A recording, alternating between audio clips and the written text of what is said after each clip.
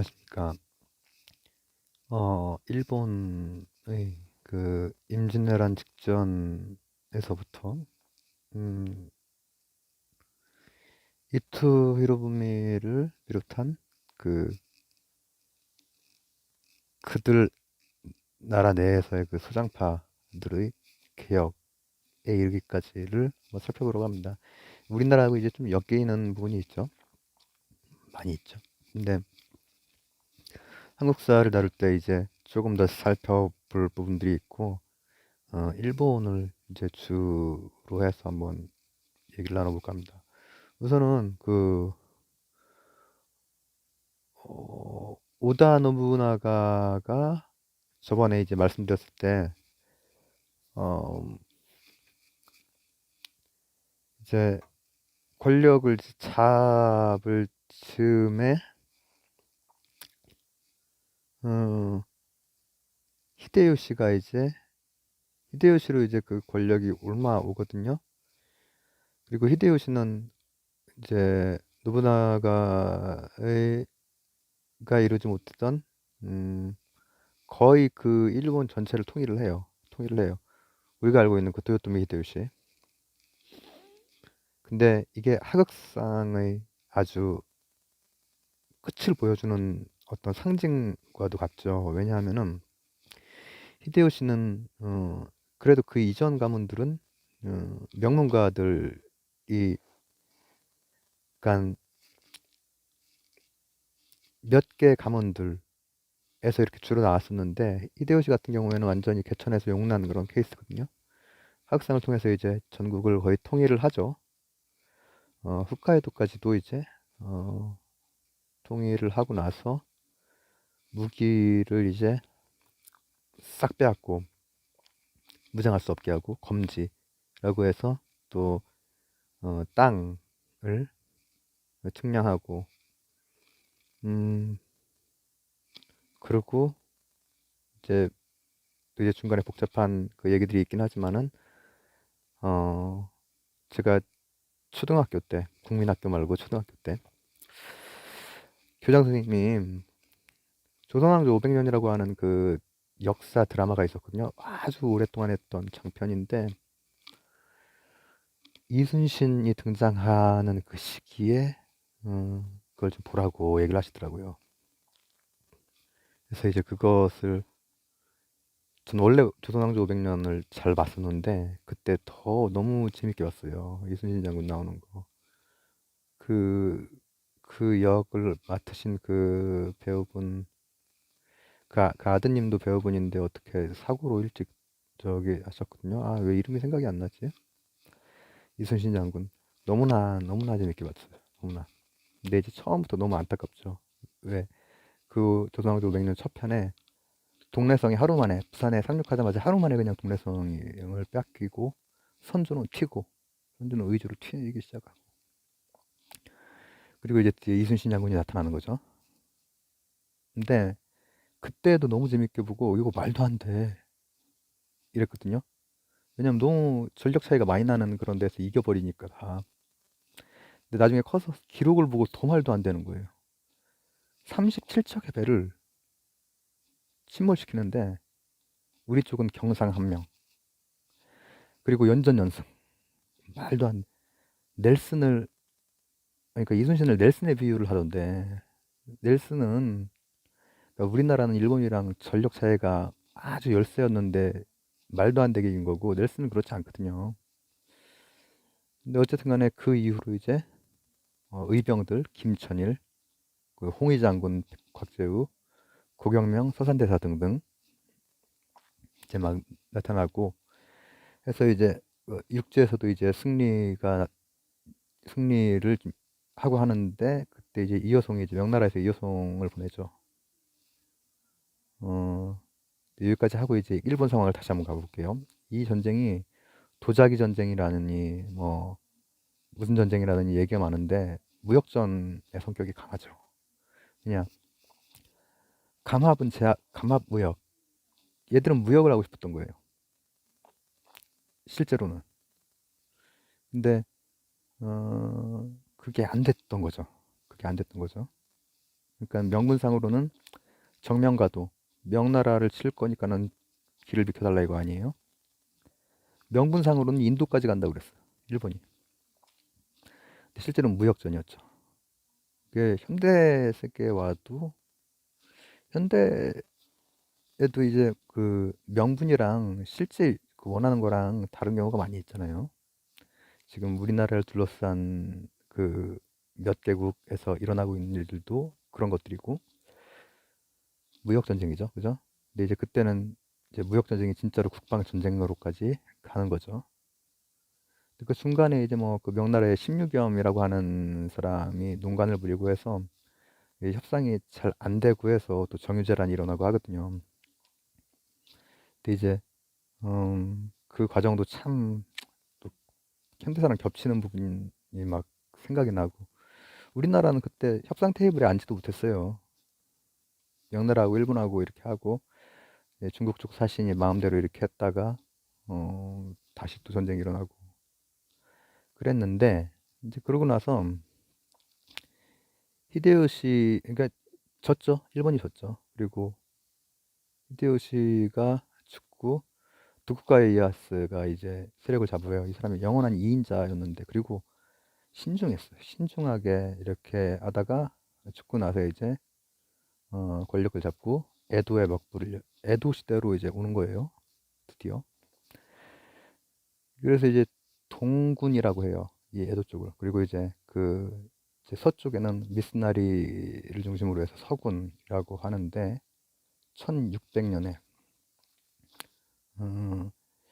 스키가라그 전투에서 이제 서군을 저기 하고 이기고 동군이 이제 그리고 이제 그 이에야스는 다이묘들의 영지를 싹 이렇게 해서 재분배를 해요. 그때 직할지를 6분의 1로 막 엄청나게 늘리거든요. 그러니까 이 사람은 일단은 경제권을 확실하게 하려고 했고 그리고 1603년에 쇼군 자리에 올라요. 이게 이제 오사카 세력이 몰락하고 에도 세력이 이제 그 중심 세력으로 이제 바뀌는 거예요. 그렇게 바쿠후 막부를 열어요. 근데 이제 거의 막판에는 어떤 일이 있었냐면은 완전히 세력을 잡기 위해서 조작을 좀 하죠. 말장난을 좀 하죠. 우리나라 예전에 그 중종 때 조광조가 기묘사로 죽음을 당할 때 나뭇잎에다가 주초위왕 이렇게 썼다고 하죠. 파자놀이거든요. 라하면은 조씨가 왕이 된다는 얘기. 그죠? 근데 지금 이에 일본 애들도 마찬가지로 종에다가 어떤 명문을 좀 이렇게 써놓은데 뭐 그냥 그 좋은 얘기를 써놨는데 그거 파자를 해가지고 이에야스가 저기 몰락하고 도요토미가 왕이 된다 뭐 이렇게 주초지향 비슷하게 이렇게 장난을 쳐가지고 이제 싹 다시 그 잔당까지 이제 다 처리를 하는 거죠. 그리고 그 과정에서 이제 공가 세력 전에 말씀드렸던 그 천황이라고 하는 그 걔네들 그 귀족들 싹 그 입닥치게 하고 그리고 나서 이제 경제권 위주로 이렇게 간단 말이죠. 그래서 화폐 발행권을 이제 가지고 엄청나게 그 이익을 긴자거리 있잖아요, 도쿄에. 그 긴자가 화폐 발행하던 곳이에요. 그렇게 했고, 근데 이제 완전히 넓은 범위를 이제 통치를 하다 보니까는 바쿠 체제에서 바쿠한 체제로, 막부 체제에서 막번 체제로, 번진 세력이 군벌 뭐 이렇게 얘기를 했었잖아요. 그러니까 변경에는 군벌들을 두는 거예요. 막 번을 두는 거예요. 그렇게 이제 하되 다만 처자를 인질로 애도로 이렇게 잡아오고 이제 그렇게 경계를 했어요. 그리고 감한무역이라고 이제 그 중국에서 했던 거 그것을 본받아서 주인장 무역 그 주인장이라고 하는 게 붉은 그 이제 그러니까는 저 도장을 말하는 거예요. 그걸로 이제 통제를 하면서 매점매석을 해가면서 그 나머지를 상인들한테 이제 분배하는 식으로 이렇게 했는데 그때 당시에 인도 차이나까지 진출하고 일본 사람들이 그 자치구들을 막 거기에서 이제 다 세우거든요.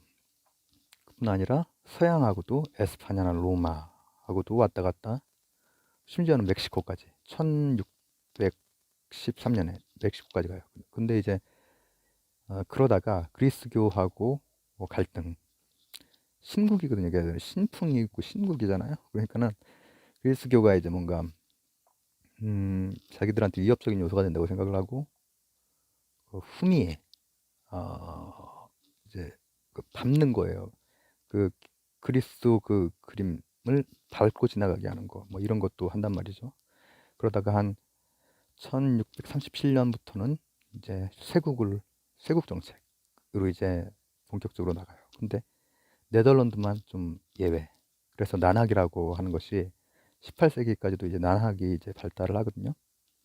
네덜란드 쪽하고 이렇게 계속 교류를 했고 영향을 많이 받았고 1853년에 페리 제독이 이제 열잖아요. 일본을. 그때도 미리 정보를 네덜란드에서 줘요. 40 몇 년도에. 어쨌든 간에 그렇게 하면서 이제 도시가 이제 발달을 해요. 그 에도가 18세기 초에 에도가 50만 정도. 그때 런던하고 인구가 비슷해요. 근데 이제 상업이 발달하고 그리고 도시들이 막 들어선단 말이에요. 그 상공업자, 수공업자들이 이제 뭐 존인이라고 이제 불러요. 존인들이 이제 돈을 많이 모으고 하는데 참정권은 없어요. 그러니까 그 유럽의 부르주아하고는 좀 다른 거예요. 이 사람들은 참정권은 없고 문화 쪽에 이제 이 사람들 문화들이 많이 남아 있거든요. 근데 그 문화라고 하는 게 뭐 그렇게 저기가 아니고 뭐 유흥, 매춘 이런 문화. 그리고 그때 당시에 어 일본의 그 기업들 있죠. 그 조상들이 그때 이미 뭐 미쓰이나 스미토모 이런 그 기업들의 조상에 해당되는 것들이 이미 그때 나타나요. 그러다 보니 바쿠가 처음에는 그런 것들을 많이 독점을 했는데 이제 안 되고 조금씩 몰락을 해나가게 되는 거죠. 그러니까는 이제 바쿠에서 절약을 되게 강조하고 막 뭐 새로 못 만들게 하고 막 그러거든요. 창의성을 막 발산하는 거죠. 그리고 뭐 이제 그 정면법이라고 해서 세제를 이제 또 다듬고 지정언제 비슷한 거예요. 지정언제 비슷한 거. 그렇게 이제 대응을 해 나가는데 이제 그 이때 당시에 세계적으로 보면은 어떻게 돌아가고 있었냐면은 1757년 이때가 플라시 전투, 프랑스와 영국이죠. 그리고 89년도가 프랑스 대혁명, 76년이 미국의 독립혁명. 이 18세기가 그런 시기였단 말이죠. 게다가 러시아는 부동항을 얻으려고 막 그 내려오고 있고 오른쪽으로 점점 동진하고 내려오고 있고 이러던 시기예요. 그리고 실제로 1784년, 뭐 1804년 이럴 때 러시아가 이제 그 접근을 해오거든요. 근데 닫아버리죠. 닫아버리죠. 그리고 나서 이제 페리에 의해서 개항이 되는데 그 전에 그 아까 말했던 그 문화를 좀 더 얘기하면은 우키요라고 하는 말이 이제 허무주의 이제 이런 것들인데 우키요에라고 그 목판이 있거든요. 그 목판이 이제 19세기 정도에 파리의 인상주의 이쪽에 영향을 주고 또 우리가 잘 알고 있는 고흐도 우키요해를 막 이렇게 저기 했다고 그러죠. 사고 이렇게 모았다고 그러죠. 음, 그리고 다시 페리로 넘어오면 페리가 네 척을 가지고 왔는데 그냥 개항하잖아요. 왜? 중국이 그 얼마 전에 20척 가지고 있는 영국한테 깨져버리거든요. 그러니까는 개항을 하면서 바쿠가 이제 힘을 잃어가요. 그리고 이제 지사라고 하는 개혁 세력들, 지사라고 하니까 별 되게 저기 같지만은 어쨌든 정치 개혁을 원했던 사람들인데 이 사람들이 상인, 지주, 그리고 론인. 론인은 전에 말했던 로도, 론인, 낭인 같은 계열이에요. 하나 더 추가하면 이거 무섭네. 야쿠자, 론인 이렇게 연결을 할 수 있죠. 그리고 이 사람들은 막부와 반대되는 그 이념을 내세울 테니까 존왕양이가 되는 거예요. 존왕양이. 막부가 이제 어쨌든 저 페레르랑 이렇게 연거 아니에요. 그리고 이 사람들이 조슈번이라고 하는 곳을 거의 해방구로 삼고 시몬세키예요. 거기서 이제 운동을 펼치는데 양인은 사실상 불가능해지면서 존왕으로 가요. 존왕. 나중에 이제 다시 천황제가 부활을 하잖아요. 그래서 그 막부는 영국 쪽에 좀 이렇게 지원을 받고 또 존왕 세력은 막부가 프랑스 쪽, 존왕이 영국 쪽 이렇게 지원을 받거든요. 근데 어쨌든 간에 그 과정에서 도쿄를 좀 이제는 에도가 도쿄가 돼요. 그 시기가 되면 도쿄라는 명칭이 생기는 거거든요. 다시 이제 존왕 중심의 그 시스템이 세워지기 시작을 해요. 그래서 9세기의 색한 정치 얘기했잖아요. 색한이라고 이제 그 섭정 비슷한 거. 9세기부터 그렇게 돼서 이제 물밑에 권위로서 존재했던 천황이 다시 전면적으로 등장을 하죠. 물론 이번에도 권위가 이제 중심이 되고 실제 권력은 사실은 거기다 관료들이 했거든요. 관료들이. 근데 천황이라고 하는 그 상징이 되게 중요했어요. 이 사람들에게. 그때 이제 아까 말했던 그 번진할 때 막번체제 할 때 박후한 그 번을 폐지를 하고 폐번치현을 그때 하는 거예요. 그리고 71년이 돼서는 이제 조약을 좀 개정을 하려고 이제 걔들도 이상한 조약 많이 맺었거든요.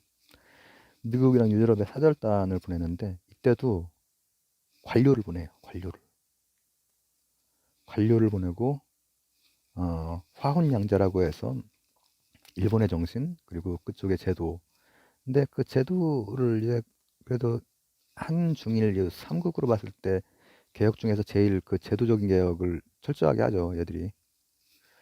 교육은 프랑스 쪽, 뭐 해군은 영국 쪽, 육군은 프랑스 쪽, 또 최신, 철도 이런 것은 영국 쪽, 또 대학은 미국, 또 뭐 헌법은 뭐 독일, 형법은 또 프랑스 뭐 이런 식으로 지들이 이제 그 배운 대로 이제 해서 나름대로 이제 소화해서 발빠르게 하거든요. 신분제 폐지하고 징병제하고 의무교육하고. 의무교육은 영국 다음으로 두 번째로 한 거예요. 일본이. 영국이 1870년도에 의무교육을 하거든요. 근데 일본이 그 정도로 빠르게 했어요. 빠르게. 갔다 오자마자 그냥 관료들이 해버린 거예요. 그때 당시에 이제 아까 말한 그 이토 히로부미가 같은 저 사람들이 그때 주도했던 사람들이 30대예요. 30대 소장파들. 단지 그들은 천황을 중심으로 군국주의적으로 가요. 군국주의적으로. 이제 다음 시간에는 그러면 이제 어떤 식으로 군국주의가 펼쳐나가는지에서부터 이제 뭐 현대에 이르기까지, 그러니까 지금 저 한 2차 대전 정도 그 정도까지를 한번 이제 살펴볼 건데, 간단하게 이 중에서 해결되는 부분만 좀 보자면은, 얘들이 어쨌든 바깥으로 진출을 많이 하잖아요. 문제가 생기면 바깥으로, 특히 우리나라로. 그죠? 에도막부가 성립하고 나서도 여러